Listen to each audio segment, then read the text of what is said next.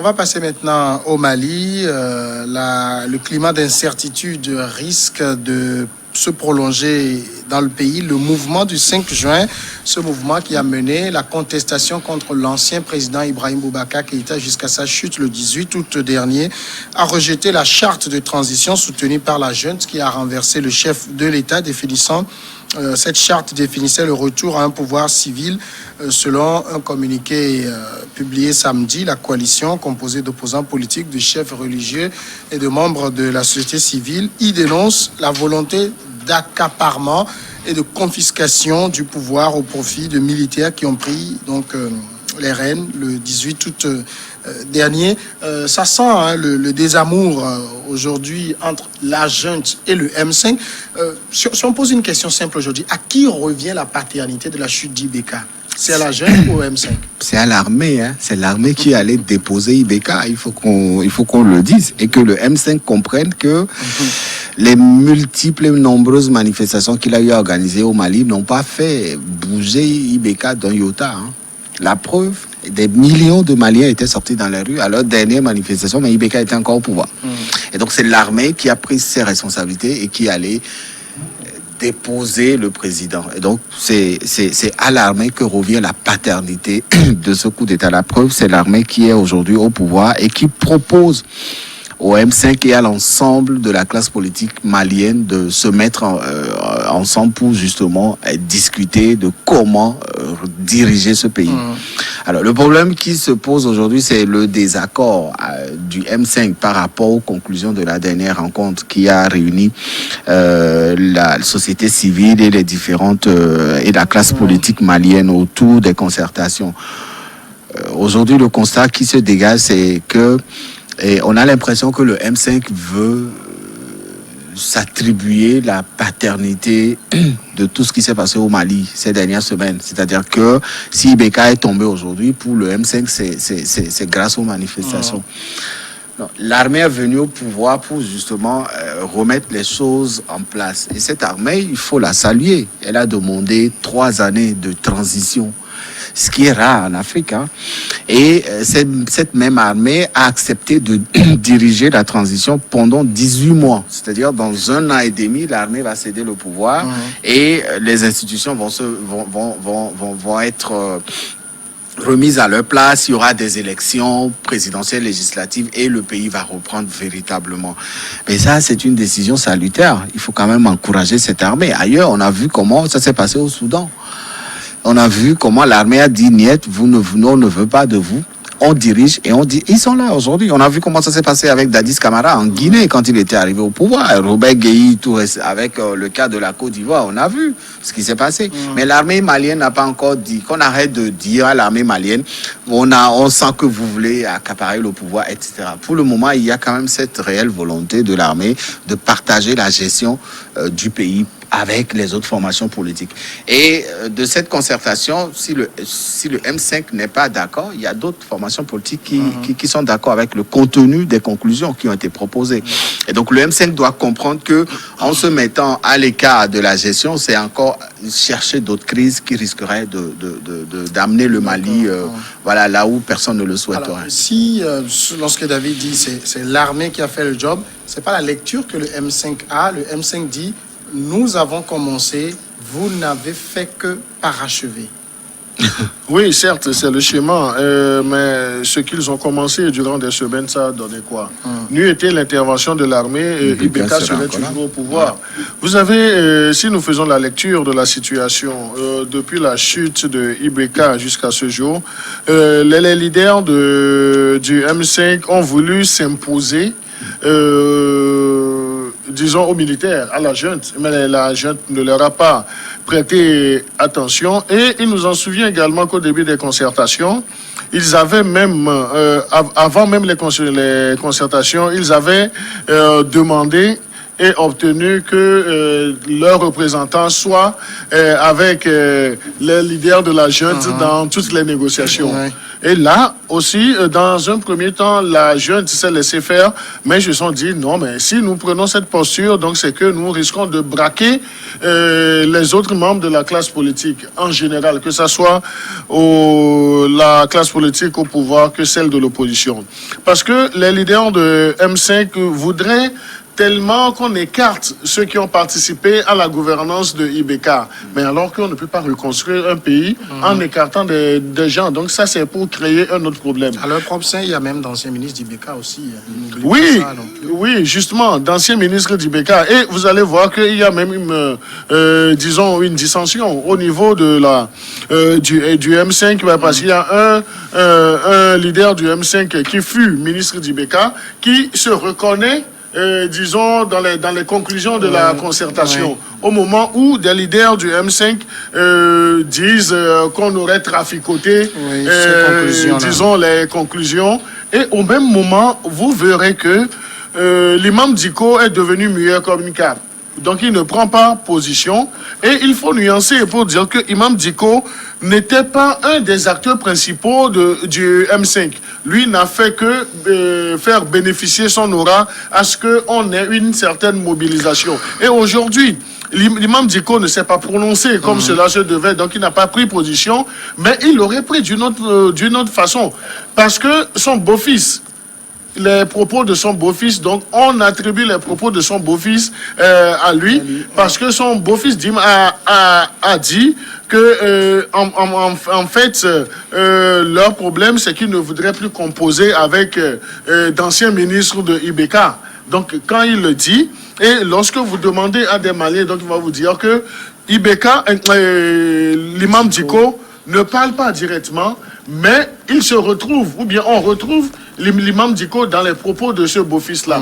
Donc la situation est aujourd'hui assez confuse. Mais on pourrait se demander, est-ce que réellement il y a eu traficotage des conclusions, ou bien c'est parce que les leaders du M5 n'ont pas réussi à écarter, disons, ceux qui ont fonctionné avec ceux qui avaient fonctionné avec IBK totalement, ou bien c'est parce que les militaires ont maintenu ce caractère inclusif aux concertations, que cela désole les leaders du M5. Donc ça, c'est la grande interrogation. Mais toujours est-il qu'on ne peut pas faire des démarches pour aller, disons, à la reconstruction du Mali en écartant ceux, ou bien les partisans, les leaders du parti de IBK et ceux qui ont fonctionné avec eux. Parce que là, le point aussi très important, c'est que si vous écoutez les propos du beau-fils de l'imam Diko, c'est qu'on ne doit même pas composer avec ceux qui ont fait avec IBK. Mais ceux qui ont fait avec IBK sont des hommes politiques. Ils ont également leur voix au chapitre. Donc si on veut aller sur ce terrain d'exclusion, donc là, je crois que le problème va perdurer. Maintenant, l'autre interrogation, si l'imam Diko, de surcroît, le M5 réclame aujourd'hui que le pouvoir revienne aux civils, c'est que les leaders du M5 se voient choisir ce président civil-là en leur sein. Ce qui n'est pas probable aussi. Ce qui n'est pas probable parce que cela doit découler d'un consensus. Maintenant, trouver le consensus, ceux qui ont travaillé avec IBK ne voudront jamais. Donc c'est comme si c'est une affaire de revanche, ne voudront pas. Peut-être qu'on va chercher quelqu'un qui soit politiquement neutre, qui va faire le pont. Donc là, vous verrez que facilement, les pro-IBK vont faire confiance à cette personne que de faire confiance en l'un des leaders du M5. Mais est-ce que le M5 n'a pas aussi raison sur un point, cette volonté d'accaparement du pouvoir, cette confiscation du pouvoir par la junte, en ce sens que cette junte est venue faire ce coup d'État? Il y avait déjà une situation de pourrissement avant le coup d'État. Eux-mêmes, ils ont reconnu que la situation était déjà un peu pourrie. Mais pourquoi vous n'associez pas ces gens-là qui étaient au front, qui menaient la lutte avant que vous veniez, et vous voulez imposer la volonté militaire à tout le monde finalement? Parce que l'armée malienne n'a pas confiance aux hommes politiques de ce pays. Les hommes politiques n'ont pas confiance en elle non plus. Mais c'est elle qui est au pouvoir. C'est elle qui est au pouvoir. À partir de ce que à partir des résultats qui sont issus de la gestion qu'ont fait les hommes politiques de la crise malienne, en tout cas politique, depuis l'accession au pouvoir de IBK, il y a une rupture de confiance. Même le peuple malien n'a pas confiance en ces hommes politiques. Il y a ce constat qui est fait là, ce qui arrange la position de l'armée, puisque l'armée se propose de diriger la transition et se propose de remettre les choses dans l'ordre avant que les élections n'aient lieu. Je pense quand même qu'à un moment, il faut aussi reconnaître la volonté de cette armée d'aller vers le règlement de ce problème-là. Le M5 paraissant à partir de ses positions, ils paraissent gourmands et ils paraissent aussi détenteurs de la décision populaire. C'est-à-dire que pour eux, c'est eux qui ont débuté les marches, les manifestations, et l'armée est venue finir la mission. Et donc, la paternité doit leur revenir. C'était à eux de prendre des décisions, c'était à eux de conduire ce qu'eux-mêmes ils voulaient appeler la transition. Et aujourd'hui, ce n'est pas le cas. Il y a aussi le peuple malien qu'il faut écouter. Il y a ceux qui étaient sortis dans les rues. Il y a ceux qui ont accepté de sacrifier leur vie. Il faut écouter toutes ces personnes-là. Et l'armée se propose de mettre en place un creuset au sein duquel il faut apporter les sujets de discussion. Mais allez-y. Ne restez pas loin pour dire nous ne voulons pas, nous exigeons ceci ou cela. Aujourd'hui, les Maliens n'ont plus besoin de ces petites querelles de postes de responsabilité ou alors de parrains, etc. Non, il y a un résultat qui est là. IBK est parti, l'armée est au pouvoir. Ils ont un délai de 18 mois pour aller aux élections. Eh bien, allez-y. Allez discuter avec l'armée. Si cette armée a réussi à faire partie IBK, ça veut dire qu'à un moment, l'armée n'était pas aussi d'accord avec la gestion qu'IBK fait de la crise au Mali. Et donc, elle a décidé de rentrer dans le jeu. Maintenant, quels sont les signaux qui attestent que l'armée veut s'accaparer du pouvoir? Il n'y en a pas. Si l'armée voulait véritablement confisquer le pouvoir au Mali, elle aurait dit. Et personne ne pourra broncher. Vous envoyez 2 millions, 3 millions, 10 millions de Maliens dans les rues. Si l'armée veut rester au pouvoir, elle restera au pouvoir. Et donc aujourd'hui, le manque de confiance que l'armée a auprès des hommes politiques fait que l'armée ne veut plus commettre la même erreur que IBK avait commise ou que les hommes politiques avaient commise dans le passé pour que ça leur retourne dessus. Donc cette armée a compris la nécessité d'associer toutes les couches sociopolitiques du pays pour discuter. Et aujourd'hui, je pense qu'il faut aussi chercher à alimenter une sorte de confiance, à mettre les autres devant leurs responsabilités, à les observer et à voir les résultats auxquels l'armée va pouvoir parvenir. Sinon, si vous vous mettez à l'écart et que vous dénoncez la gestion que l'armée fait des affaires politiques et que vous dites que vous n'êtes pas d'accord avec ce qui se passe réellement, l'armée n'a pas besoin de votre point de vue. L'armée a besoin d'écouter le peuple et c'est le peuple malien qui dit allez-y, continuez. Amenez-nous là où vous voulez. Nous sommes prêts à vous soutenir. Je pense qu'il faut un moment que ces hommes politiques comprennent qu'ils ont aussi échoué dans leur mission et de permettre à l'armée d'aller vers la concrétisation des exigences des manifestants maliens. Ce qu'on cherche au niveau du Mali aujourd'hui, c'est de résoudre la crise. Il y a une crise naissante avec cette situation si on ne fait pas attention. Oui, je crois que lorsque le coup d'État était arrivé, nous avons explorer des pistes comme ça. Nous avons exploré des pistes parce que les Maliens ont vite fait de jubiler et sans compter avec les velléités de leurs hommes politiques. Et aujourd'hui, les faits nous donnent raison. Ils se sont trop tôt réjouis que c'est maintenant que l'avidité de ces hommes politiques est étalée à la face du monde. Les hommes politiques qui veulent se positionner clairement, donc ils veulent se positionner comme des acteurs premiers. Et parmi ces hommes politiques, ce sont les leaders de M5 qui veulent prendre la commande des choses. Mais le fait de n'avoir pas réussi à manipuler les militaires, donc c'est ce qui créé, disons, cette sous-tension.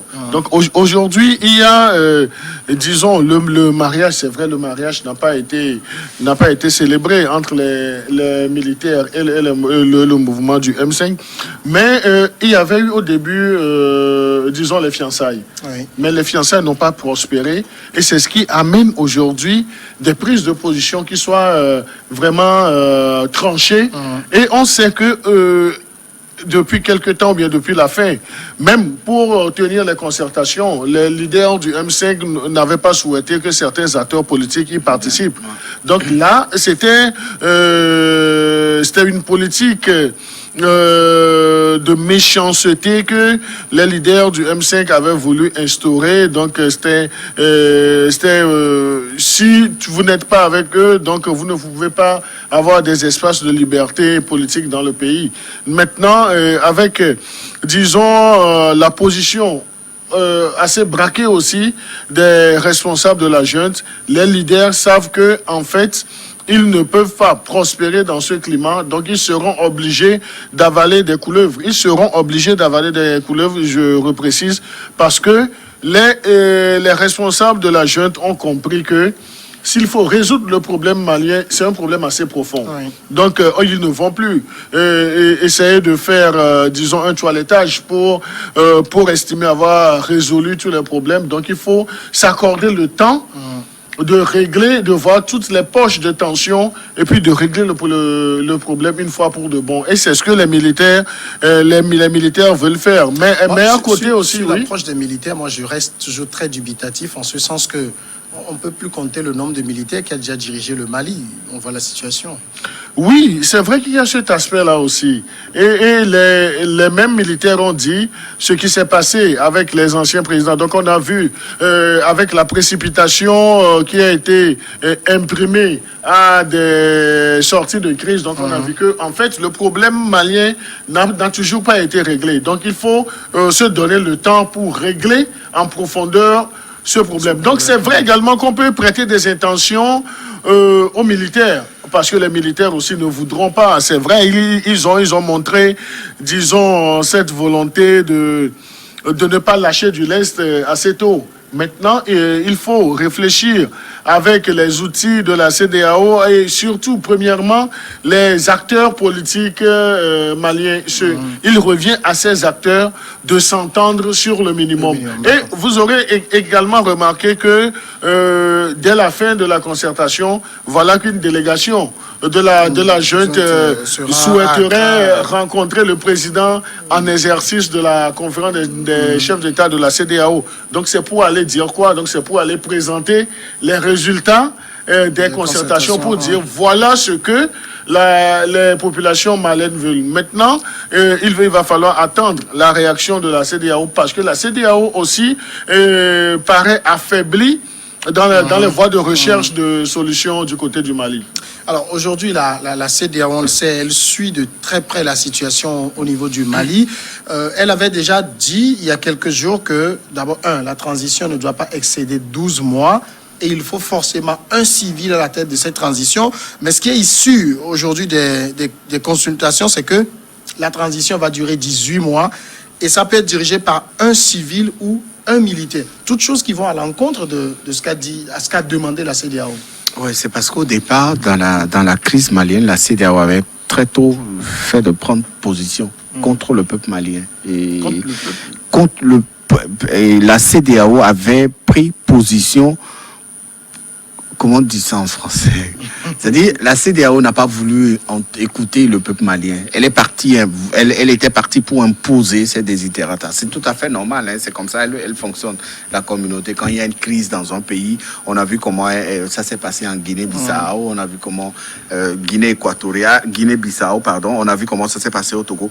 C'est tout à fait normal. Et donc, très vite, le peuple malien a cherché à faire comprendre à la CEDEAO qu'il est détenteur de la souveraineté de ce pays. Et donc, c'est les décisions qui doivent être prises concernant le peuple malien doivent émaner de la volonté du peuple malien. Et c'est en cela que la CEDEAO a fait marche arrière pour justement faire des propositions.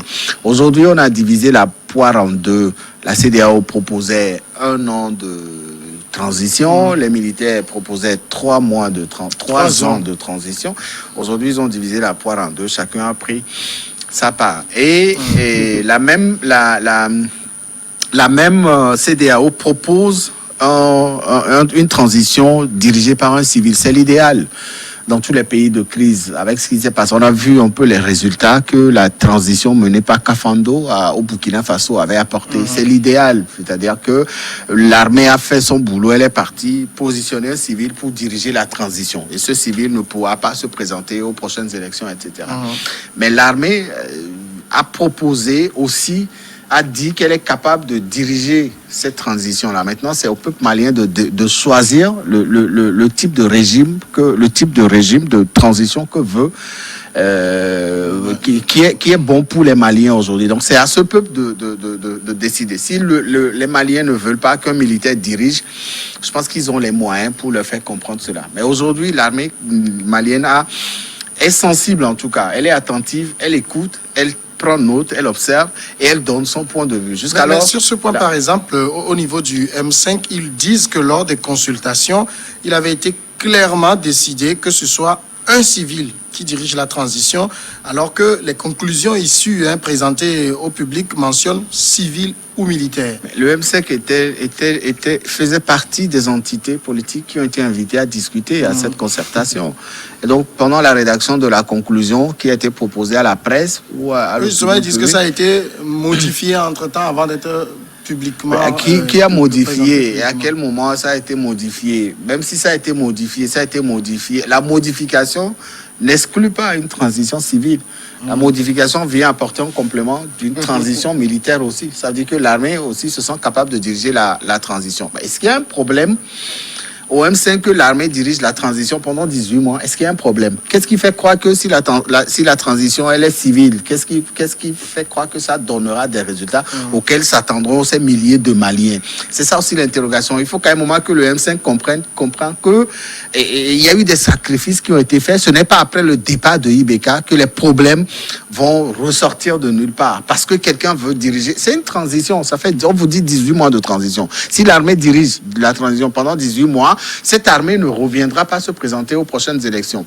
Et donc, pour beaucoup de Maliens, l'armée est le seul corps qui puisse être capable de diriger la transition et d'imposer véritablement ce que recherchent les Maliens à la classe politique. Puisqu'il y a eu des civils qui ont dirigé la transition, il y a eu des civils qui ont été présidents, les résultats n'ont toujours pas été. Donc pour une fois, les Maliens demandent au M5 et à l'ensemble de la classe politique de faire confiance à l'armée pour qu'on lui permette de le laisser diriger la transition pendant 18 mois. À la suite maintenant... Quand vous dites confiance, demande qu'on fasse confiance à l'armée, j'allais dire à cette armée-ci, parce qu'on a déjà vu l'armée aux affaires. Moussa Traoré était militaire, il est général maintenant. ATT, lieutenant-colonel, avait fait un coup d'État. Lui-même est revenu général ATT au pouvoir. Le capitaine Sanogo. Les militaires qui viennent au pouvoir, on les connaît. Oui, mais dans le cas d'espèce... cette armée, on doit lui faire... Voilà, la gestion qui décale, en fait. Non, mais moi, je crois que ça, c'est une partie de l'analyse. Mais je crois que... qu'on remette le pouvoir aux civils et que ce civil soit désigné de façon consensuelle parce que il y a disons un autre poste qui est très important, le poste de vice-président.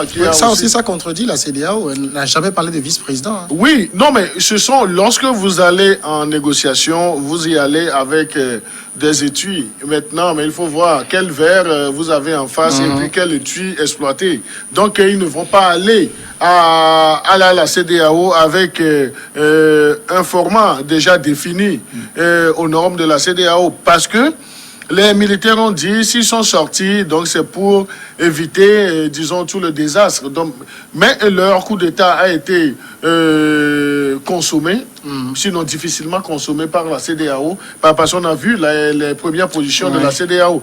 Maintenant, s'ils retournent vers la CEDEAO, mais la CEDEAO va dire non, selon les protocoles, les outils qu'ils ont, l'idéal, donc c'est enlever le truc militaire ou civil là, remettons le pouvoir à un civil et puis vous serez là comme des garants de l'exercice de ce pouvoir.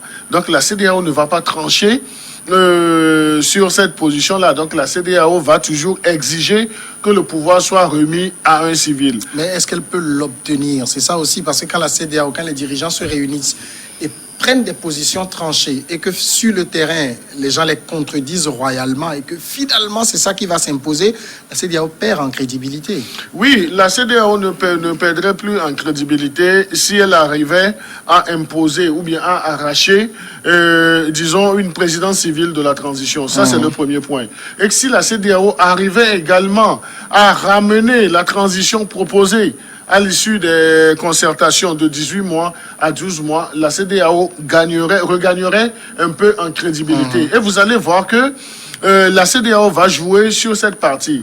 Parce que ce qu'on peut faire en 18 mois, si on conjugue les efforts, on peut les faire en 12 mois. Donc les militaires aussi vont essayer de donner des arguments qui plaident en faveur de ces 18 mois. Et ce que la situation que nous verrons aujourd'hui, c'est que les militaires ne parleront plus en tant que militaires, mais ils vont se cacher derrière les conclusions des concertations. Ouais. Parce que les concertations ont été inclusives, les acteurs politiques de la société civile sont venus, et voilà les conclusions. Donc ce n'est pas nous, en tant que militaires, qui parlons, membres de la junte, mais nous vous rapportons, nous vous transmettons les desiderata de ce peuple malien qui a été, disons, représenté à travers les acteurs qui ont pris part à ces concertations. Donc là, la junte va se retirer un peu. Donc ça, c'est un repli stratégique pour dire, voilà ce que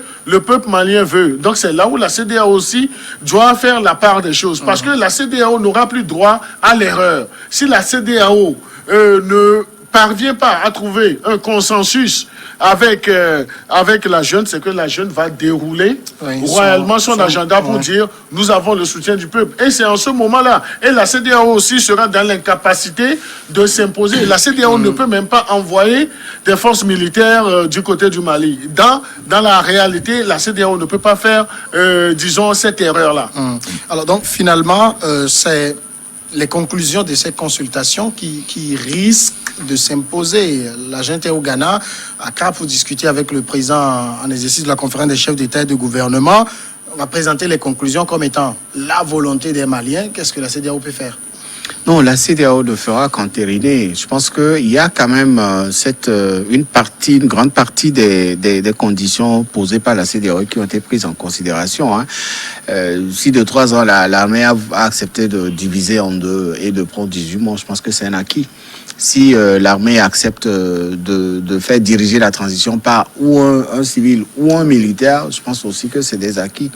Et donc aujourd'hui, la CEDEAO ne doit comprendre que quelque part, c'est vrai qu'il y a des protocoles qui les lient entre pays, mais il y a aussi la volonté populaire de chaque pays, la souveraineté de chaque pays qu'il faut respecter. Aujourd'hui, les Maliens ont besoin d'être dirigés par des responsables qui puissent les amener à aller vers des solutions. Il y a la crise sécuritaire qui frappe, il y a eu encore des morts la semaine dernière, il y a la crise économique, financière, sociale, etc. Les Maliens n'ont pas besoin de perdre du temps parce que quelqu'un veut imposer ses conclusions à tel. Ils se sont réunis dans une concertation. Et ça aussi, il faut féliciter l'armée qui a accepté d'associer toutes les couches socio-professionnelles, toutes les couches socio-politiques. On appelait la diaspora même, qui s'est fait représenter, la jeunesse qui ne s'est jamais passée sous Ibeka.